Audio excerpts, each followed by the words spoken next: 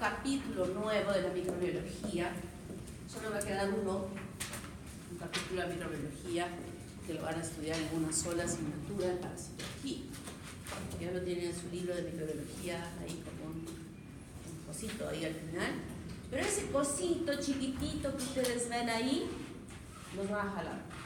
Es chiquito. Así es que les estoy advirtiendo meses antes, para el inicio de ese curso que es parasitología, que tienen que estudiarlo bien. Tienen que estudiarlo bien. No piensen que han leído, ya lo sé. No, así no les va a ir bien. Miren, les estoy advirtiendo, no quiero que los jalen. ¿Por qué los jalan? Porque no es difícil. Yo puedo resumir la parasitología en una sola lámina de este tamaño, donde pongo todos los parásitos, sus ciclos biológicos, así fácil. Pero ¿saben cómo son las preguntas? Las 40 preguntas son exactamente iguales a las 10 primeras que yo les pongo.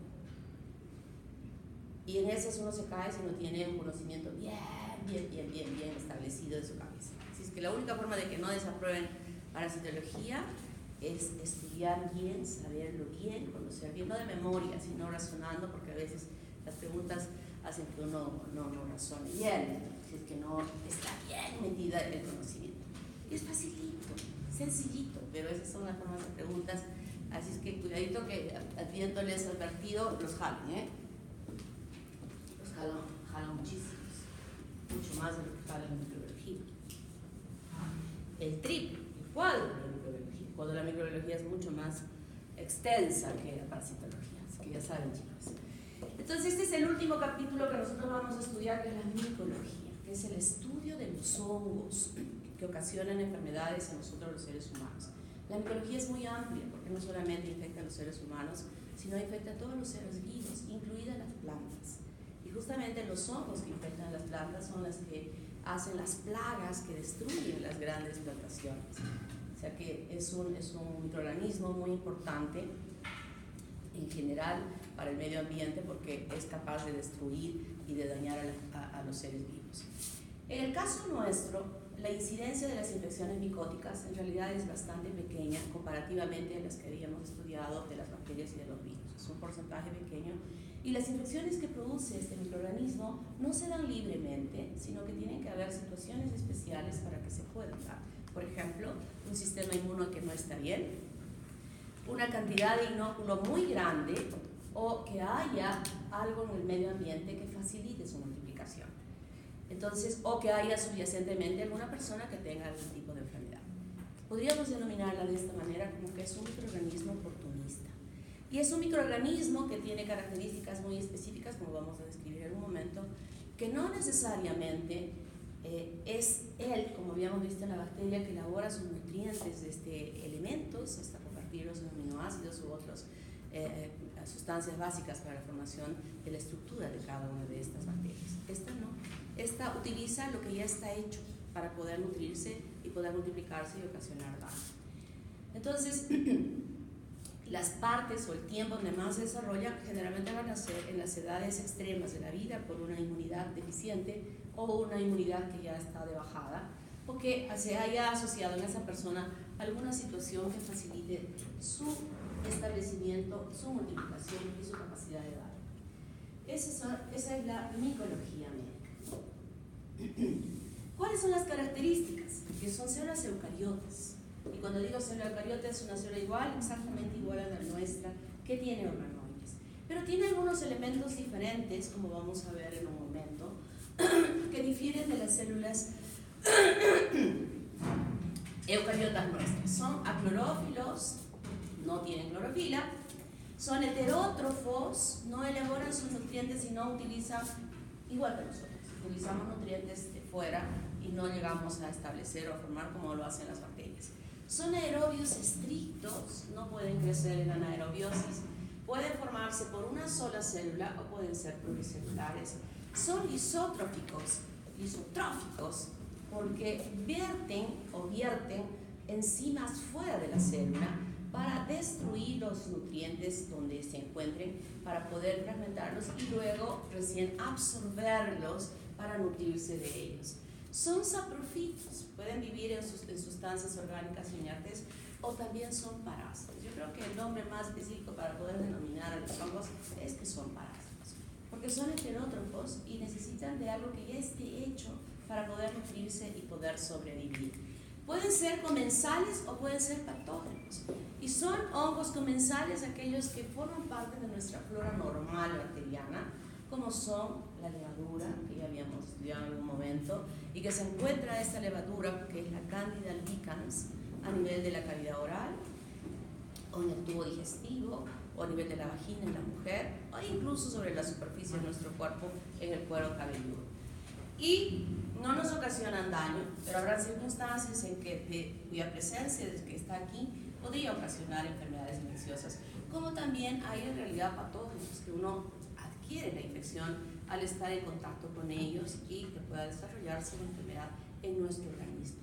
Pueden ser monomórficos o dimórficos, es decir, que tienen una sola forma en su estructura o pueden modificarla. Por ejemplo, la Candida albicans, que es una levadura, que es un hongo unicelular que tiene una forma redondeada, no diría redondeada, ovalada, que es como un coco pero ovalado. Cuando se encuentra infectando y en áreas húmedas, puede formar como hifas, pseudohifas. O sea, tiene formas diferentes de poder evidenciarse el hongo, por eso hablamos de dimórficos. Y monomórficos cuando solo tienen una forma de desarrollarse. En la morfología, entonces, hay los hongos que son levaduras, que son células ovoides, no son redondas como los cocos, y que pueden gemar, es decir, que de una célula en su división, miren, esta es una célula y le sale como una tetita, y que luego se estrangula la tetita para formar una nueva célula. Esto se llama gemación y es una forma de poder presentarse. Y esta se llama blastospora cuando se llega a desarrollar. O también se llama blastoconidia, que es lo mismo. Y puede presentar pseudohifas. Miren, esta cuando está en un medio de cultivo, puede ser, o cuando está desarrollando una infección, por ejemplo, a nivel de la vagina en la mujer, que es un área húmeda, esta levadura empieza a formar esta estructura, que se llama pseudohifas. Pseudohifas, porque no es una hifa, se llaman pseudohifas en una formación dimórfica que tiene la levadura. O pueden ser filamentosos, y estos filamentos se llaman hifas, que son como tubos que van formándose, y una sola se llama hifa, pero cuando vemos un montón de ellas le llamamos micelio. Por ejemplo, cuando comemos en la playa o compramos en la playa papaya y alrededor nos está tope de cosas y dejamos la papaya ahí cubiertita fuera de la cocina, ya incluso la cubrimos. Al día siguiente vamos a encontrar, si es que es el día, o a los días siguientes, que esa papaya que está expuesta está cubierta como con un lanugo, plomito y blanquito, ¿sí? Eso, por ejemplo, esa formación es lo que llamamos el micelio. El micelio cuando está conformada por muchos hongos. Y estas hifas son micelios vegetativos. No, estos son los micelios que están para afuera, y hay un micelio vegetativo que se incluye dentro del material de donde está obteniendo el nutriente. Por ejemplo, en esa papaya. Vemos la papaya, pero está en un solo extremo, está dañado esto, ¿no? Retiramos la pilosidad de estos vellitos que parecen, y debajo de él vemos una papaya que parece como una masa, ¿no? Si la boto no la boto, pero toda esta parte está bien sobre este pedacito. Nos acercamos al caño y fácilmente se retira esa parte que está como una masita, ¿verdad? Y lo otro que está bien lo dejamos para seguir usando la papaya y comérnoslas. Entonces, esa parte de la papaya que está como una masita, justamente es el lugar donde se han introducido los micelios vegetativos profundamente para obtener el nutriente para todo lo que está superficialmente sobre ella. Entonces, estos hongos tienen esa característica de poder formar micelios cuando están agrupados, cuando son muchas las hifas que conforman esta estructura. Y la forma de producción que tienen se llaman esporas. Hemos hablado de las esporas, que era una forma de protección, y casi tiene cierta similitud esta estructura, porque cuando nosotros hemos comprado la papaya, supuestamente la hemos encontrado bien, ¿verdad? Y cuando hemos puesto en el medio ambiente, supuestamente el ambiente está bien, pero en ese ambiente hay esporas de estos hongos que han podido caer y depositarse sobre este nutriente y desarrollar y permitir la multiplicación de ellos, porque es una forma de protección que tienen ellos, los hongos, y que nosotros vamos a tener. Por ejemplo, nosotros en el laboratorio tenemos todas las muestras de hongos que están durante todo el año. Sí, es verdad, un nuevo cultivo, pero que a veces ya los encontramos secos para esta etapa de clases que les hacemos. Nosotros vamos a adicionar, y hemos adicionado a todas estas placas donde están los hongos, el medio de cultivo, y de pronto empiezan nuevamente a formar las colonias como que estuvieran, obviamente, con una recuperación de vivencia de ellos. O sea que estas esporas son una forma de protección a futuro para su multiplicación. Los tipos de hifas tienen algunas variaciones, y están las cenocíticas, que no presentan tabiques en las hifas, y están las septadas, que sí presentan, que son como unas cañas, pero que no están tan individualizadas porque existen canales entre ellos para poder pasar los nutrientes y poder nutrirse. La estructura de los hongos, esta es la estructura de una levadura, y hemos dicho que es una célula eucariota, pero a diferencia de la célula eucariota de nuestras células, estas tienen características muy propias, que tienen una pared celular, o sea, una pared externa, que está conformada por quitina. Esta quitina contiene N-acetilglucosaminas unidas por enlaces beta 1 y 4. También está formada por polisacáridos, que están compuestas por glucano, alfa y beta, que son polímeros de glucosa, y también por manano, que son polímeros de manosa, y celulosa rara vez, y quitosano, que es una resistencia a los ácidos y a los álcalis, y galactano. Y proteínas unidas a estos polisacáridos que conforman una estructura importante de protección para el hongo, que es totalmente importante para su mantención. Entonces es una célula eucariota cuya membrana citoplasmática es esta que está aquí, pero superficialmente se encuentra esta estructura que le da estabilidad osmótica y rigidez al hongo que se está desarrollando. Luego tenemos también la cápsula, que algunos hongos lo tienen, que está formada por polisacáridos como el Cryptococcus neoformans, y esta estructura a veces nos permite observarlos cuando están ocasionando un cuadro clínico y nos permite evidenciarlos para poder hacer el diagnóstico. La membrana citoplasmática es una unidad de membrana, pero que tiene una peculiaridad especial en ellos. Está conformada, ellas, por esteroles, ergosterol y simosterol. Este compuesto no tenemos nosotros en nuestras células plasmáticas. Es una diferencia importante de estas células eucariotas. Y sobre este punto es que se han podido desarrollar, sobre la formación de este ergosterol, es que se han podido desarrollar las terapéuticas que utilizan frente a las infecciones micóticas. El citoplasma es coloidal, contiene todos los elementos de una célula eucariota, y además hay reservas digestivas que le van a ayudar a sobrevivir al hongo. El núcleo mantiene el genoma de esa célula, y que definitivamente se da la información para que ésta pueda multiplicarse y desarrollarse. La reproducción se realiza mediante estas esporas y colonias que habíamos visto, que están guardando toda la información necesaria y donde encuentren un ambiente propicio para poder multiplicarse. En el caso de las levaduras, simplemente por germinación o fisión binaria, como se conoce. Puede ser también sexual, que también se llama telomorfa o meiospórica, o asexual, que se llama anomorfa o microspórica.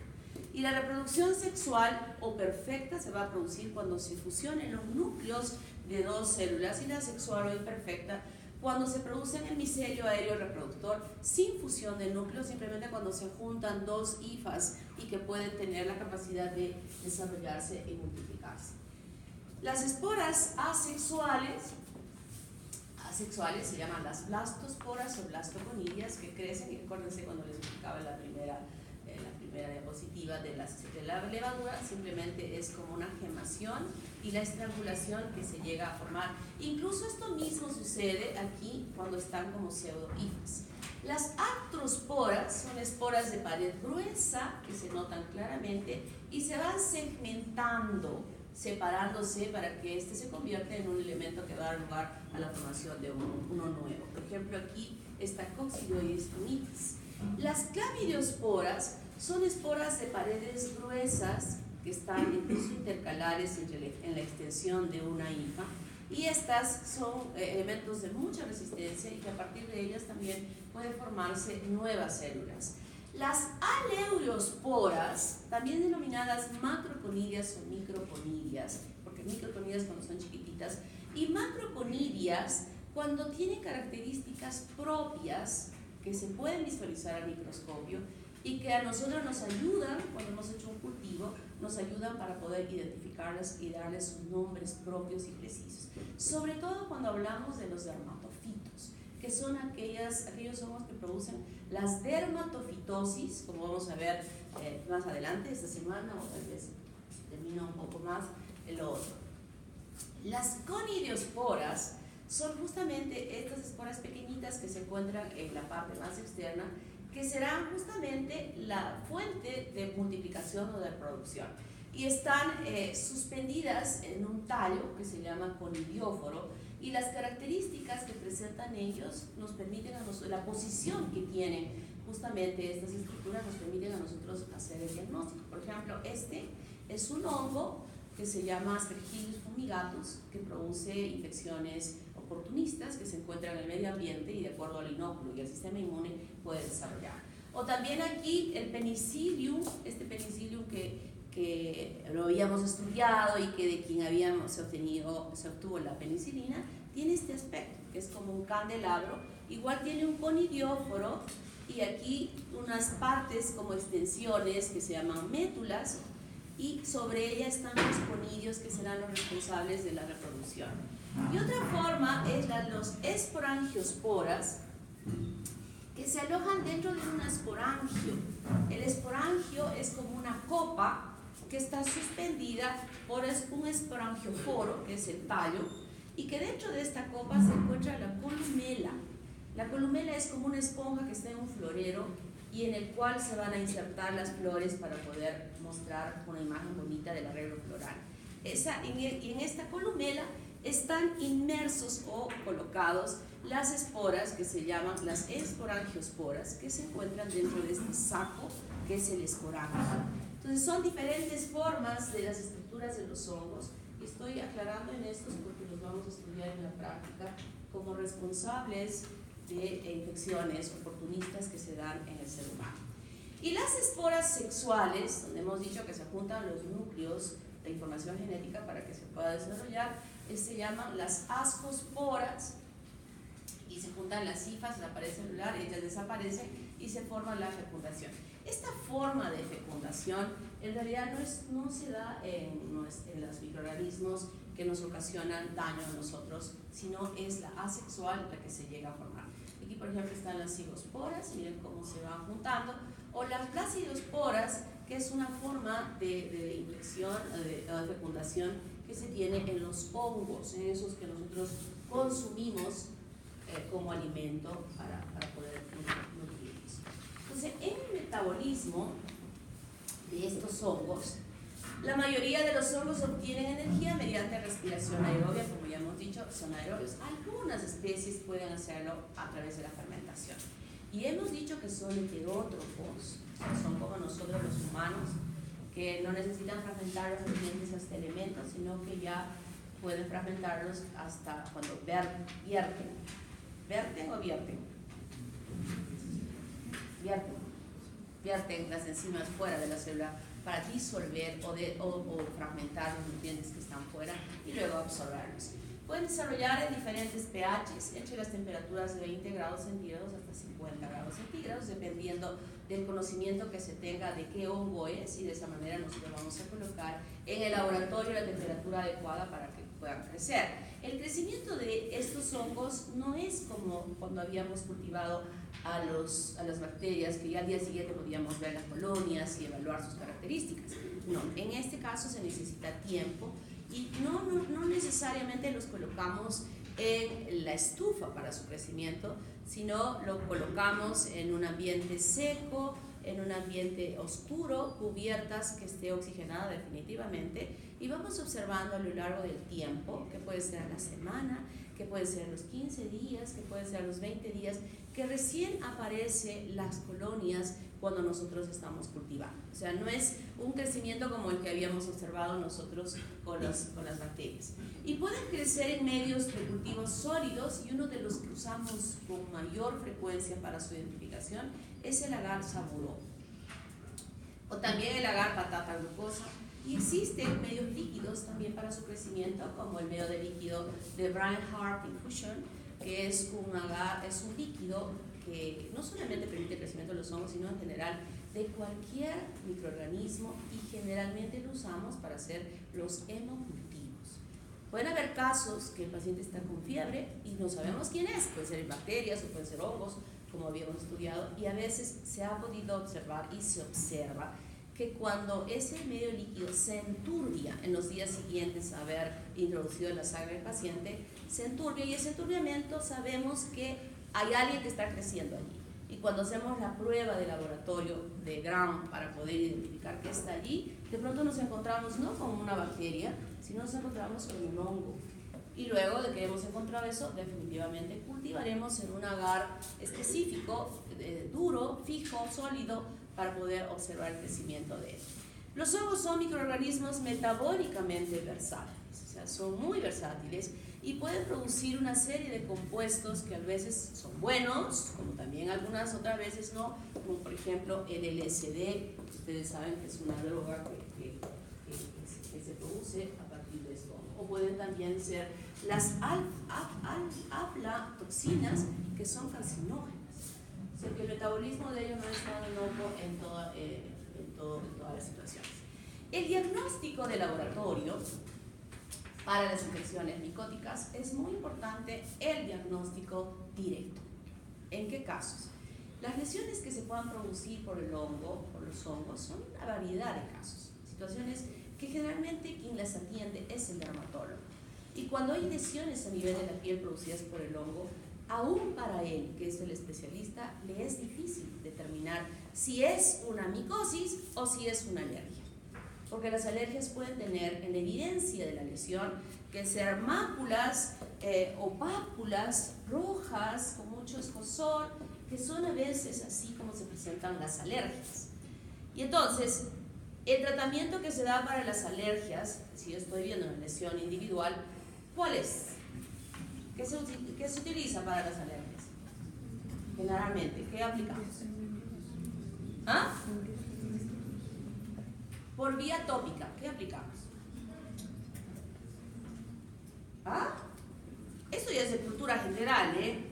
Todavía no he hecho farmacología, pero sí tienen, sí, lo conocemos. Así como cuando decimos que usamos para la faringitis, que ya ustedes me respondían correctamente, por cultura. ¿Qué se usa en las alergias? Por vía oral, no hay antihistamínicos por vía tópica.